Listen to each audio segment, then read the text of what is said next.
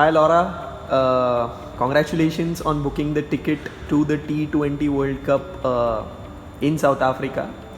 Tell me, what's your first feeling? Has it sunk in? It hasn't really sunk in yet. I think it might be later on tonight or tomorrow by the time it does, but we're absolutely thrilled and delighted and relieved the game came much closer than we would have liked it to.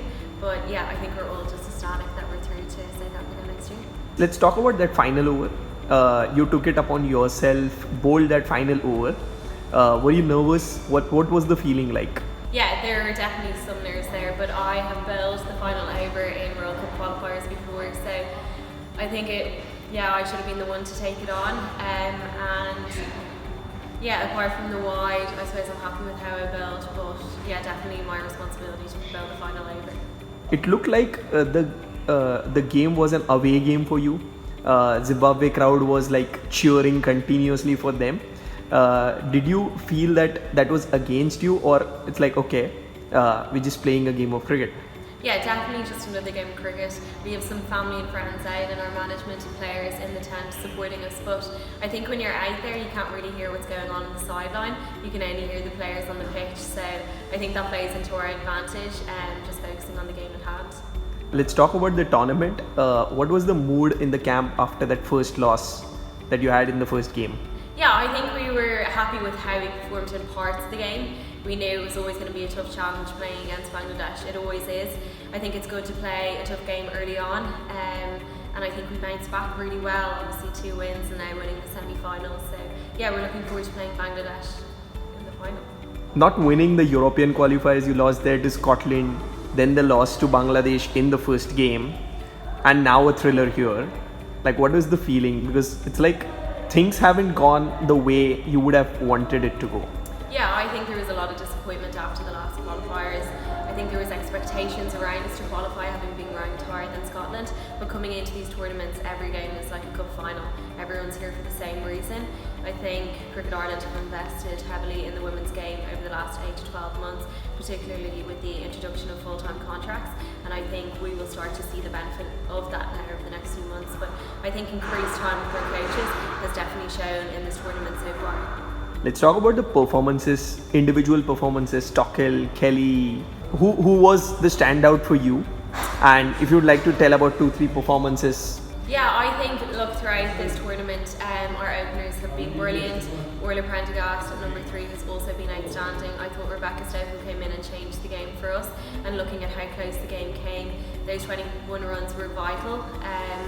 Arlene Kelly has been brilliant with the ball since she's come in. She's definitely a huge addition to our side. Jane Maguire, for me, I think really set the tone at the start of the game, and I think that shifted the momentum into our hands. So yeah, look, a lot of standout performances, but I think as a team we got across the line as a unit, so really happy with that. From the low of missing out in the 2020 World Cup to now finally qualifying to the 2023 T20 World Cup, was the journey of the last 4 years? Yeah, I think it definitely gave us extra motivation to want to qualify for the next World Cup, and I do think that's the next step in our journey. We qualified for the ICC Championship back in November. We had a series win against Holland in Dublin, a series win against Scotland just a few weeks ago, and a big win against South Africa at the start of our summer in June. So I think this is just the next step in our journey, and absolutely delighted to get across the line today and qualify for South Africa. Let's talk about that FTP. You qualified for that. And now you're going to play the other 9 nations. Of course, 8 nations you're going to play. You're going to travel down to multiple countries. You're going to host a lot of countries. What's that feeling like? Because that is something very new to you. Of course, the men's team has been doing it for a few years now. But with the women hosting 4 to 5 countries and then traveling to 4 to 5 countries, it's a very different feeling. Yeah, definitely. And I think it's going to increase the growth of the women's game in Ireland, which is something that we were very aware of back in November out in Zimbabwe. We hosted South Africa in Ireland at the start of June, so that was the first series. We head to Pakistan in November, a tour that we're really looking forward to. But I think in years gone by, as a team, we've relied on sides coming over to the UK to come over and play against us. But now to have tournaments fixed in their own right is a huge benefit for us. It means we'll be playing against better sides on a more regular basis. It will test us more.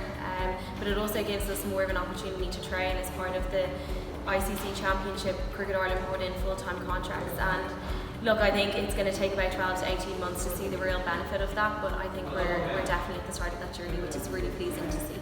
And what about the full-time contracts?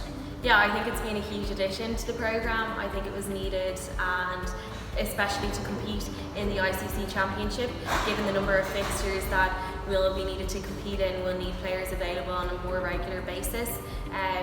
So yeah, I think the introduction of contracts is such a step in the right direction, and great for Irish cricket. I can't count the number of yes that Isabel Joyce tweeted when you just qualified. How's Ed Joyce?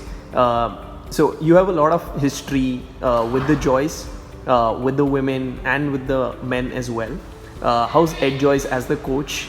Yeah, I think our whole management will be really proud. I think they're invested in this journey just as much as we are, and I think what we achieve out in the pitch wouldn't be possible without their support. Ed obviously was a highly recognised player in his own right and has a lot of experience and knowledge, and it's great that he can bring that into this group. So yeah, I think everything is heading in the right direction at the moment. Everything is heading into the right direction. Congratulations, Laura, Thank you so much. again on qualifying. Thank Have you. a great day.